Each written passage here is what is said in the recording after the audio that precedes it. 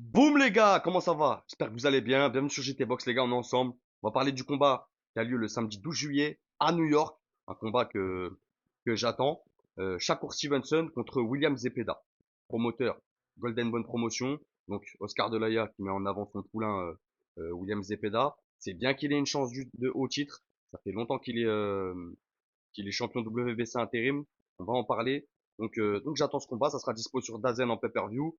Les autres, Cartel, Chemin de Traverse, on connaît. Défense de titre WBC pour Shakur chez les poids légers en moins de 62 kilos. Euh, c'est une belle carte, hein, les gars, hein. Maintenant, ils les appellent les cartes Ring. Là, c'est la The Ring 3. Turki Al-Alshir qui fait du bon boulot pour la boxe, comme d'habitude. Donc, ça fait plaisir. À voir ce que ça va donner ensuite, s'il va continuer, s'il va perdurer et tout ça. Euh, la boxe, voilà, c'est pas un sprint. Une course de fond, tu l'auras compris. Il y a le retour de David Morel sur la carte après sa défaite contre Benavidez en début d'année. Donc à voir comment il revient. Voilà, c'est un combat de retour, c'est intéressant, je l'aime bien, moi, boxeur cubain. David Morel, j'aime bien ce boxeur, vraiment. Il y a notamment Alberto Puello contre Subriel Matias, les gars. Moi, vous savez tout l'amour que j'ai pour Subriel Matias. Donc Alberto Puello qui détient la ceinture WBC, qui est super léger. Donc ça peut être un gros fight. Je vois une victoire de Subriel Matias. Subriel Matias, quand même, c'est des mains, c'est des boulets de canon. Donc, donc pour moi, ça sera Matias. Mais vraiment, un combat très, très intéressant, vraiment. Ensuite, il y a aussi Hamza Shiraz contre Edgar Berlanga. Donc, premier combat de Hamza Shiraz chez les super moyens. Il est monté de catégorie, il était chez les moyens, il avait la ceinture WBC Silver. Il a ensuite tenté sa chance euh, contre Carlos Adames pour remporter, être champion de la WBC. Ce combat, il est frustrant. Il n'a pas su trouver les solutions. Euh, Face à un très bon Carlos Adames sur les jambes, qui bougeait bien le buste, bien la tête, qui lui a posé pas mal de problèmes. Alors mitigé, je suis mitigé pour Hamza Shiraz. J'attends de voir, peut-être qu'il avait du mal à cutter aussi chez les moyens.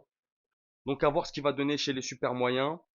Edgar Berlanga, c'est pas un cadeau non plus, c'est quand même un bon boxeur. Euh, Malgré ce que les gens en pensent, il ferait pas 3 rounds avec lui dans un ring. Ça, faut le rappeler aussi, faut pas oublier les gars. Donc à voir. C'est un combat intéressant, je suis curieux. Tu vois, Hamza Shiraz Berlanga, je suis curieux. Voilà. Moi, les combats qui m'intéressent le plus dans cette carte, c'est voilà, Puello Matias, ça va être les feux d'artifice. Et tu l'auras compris, Stevenson contre Zepeda. Donc, Shakur Stevenson, les gars, top 2 mondial, top 2 américain, champion WBC depuis novembre 2023. Donc, ça commence à faire une longue période d'invincibilité pour lui et une longue période de champion. Donc, c'est très bien. Il a 23 combats, 23 victoires, 23, 0 défaite, 0 match nul. 11 victoires avant la limite. Shakur Stevenson, les gars, c'est pas un puncher. C'est un technicien, tacticien. Euh, c'est un génie de la boxe. C'est très intelligent. Vraiment, c'est quelqu'un qui va s'adapter, qui va jouer sur tes erreurs. Donc très intelligent. Gros IQ boxing, vraiment. 166 rounds chez les pros depuis 2017, 28 ans, gaucher, 1m73. Son dernier fight, c'était en février 2025 contre Josh Padley. TKO à la 9e, en balade, tranquille. Euh, Josh Padley courageux, vraiment très courageux. Je crois qu'il avait été appelé en short notice en plus. De souvenir, il devait y avoir Floyd Scofield. Mais Floyd Scofield, je crois qu'il a été malade ou un truc comme ça. Vous me direz les gars en commentaire, je crois qu'il est tombé malade, un truc comme ça. J'aurais bien voulu voir ce combat aussi, hein. Mais bon, c'est pas grave.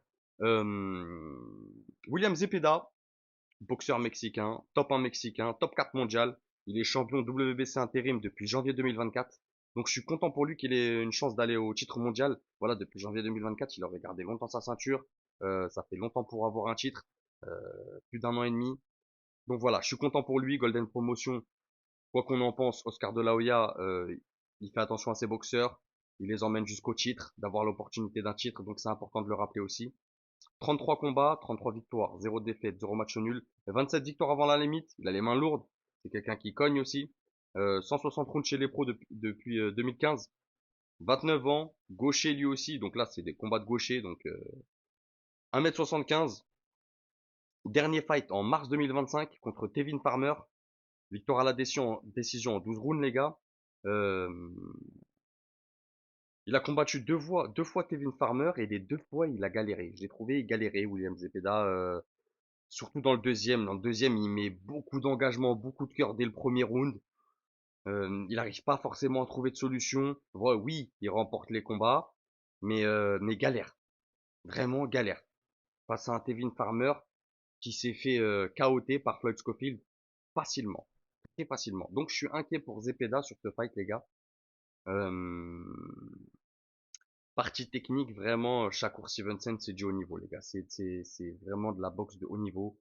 Euh, il est très bon en sortie de corps à corps. C'est des combinaisons rapides et précises, notamment son 1-2 en première intention, très très rapide, vraiment très très fort, qui pénètre la garde facilement. C'est un jab efficace. Défensivement, c'est au top, rien à dire. C'est un gros cardio, accouplé d'un gros coup d'œil, donc très dangereux. Il a un sens du timing, des déplacements vraiment incroyables, une gestion de la distance, une gestion du ring, une gestion des rounds. Là, on est dans du high level, hein, quand même. Maintenant, Zepeda, il a des armes, mais je pense pas. Là, je pense qu'il y a vraiment une différence de niveau entre les deux. Mais je pense que Zepeda, il peut offrir un beau combat à Shakur. Et, euh, et Shakur, il va être au-dessus pour moi, les gars. Je dirai enfin mon prono, mais Zepeda, c'est quelqu'un qui avance, il casse bien la distance, il va vouloir t'étouffer, gros débit, parfois peu économe, pas assez économe, euh, beaucoup d'engagement, peut-être trop.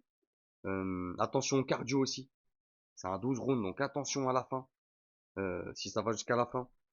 Il travaille bien au corps, il travaille des coups lourds, puissants, des longues combinaisons aussi. Voilà, il sera moins bon défensivement. Il est moins bon que Shakur défensivement, techniquement, tactiquement, euh, physiquement aussi, je le trouve un peu en dessous de Shakur Stevenson. Euh, je pense que les 1-2 de Shakur, ils vont arriver vite. Et, euh, et Zepeda, il va manquer de solution pour moi sur ce combat. Vraiment, sous un angle tactique, c'est là où Zepeda, ça va pêcher, je pense. Je pense que au fil des rounds, ça va être compliqué. Mon prono, les gars, moi je vois Shakur techniquement et tactiquement, il est au-dessus, les gars. Et je pense que Zepeda, il va vite être dépassé. Vraiment. Je pense que voilà, Shakur, il va analyser pendant 2 rounds, 2, 3 rounds, et après il va commencer à mettre en place son game plan. Ça va être compliqué pour Zepeda.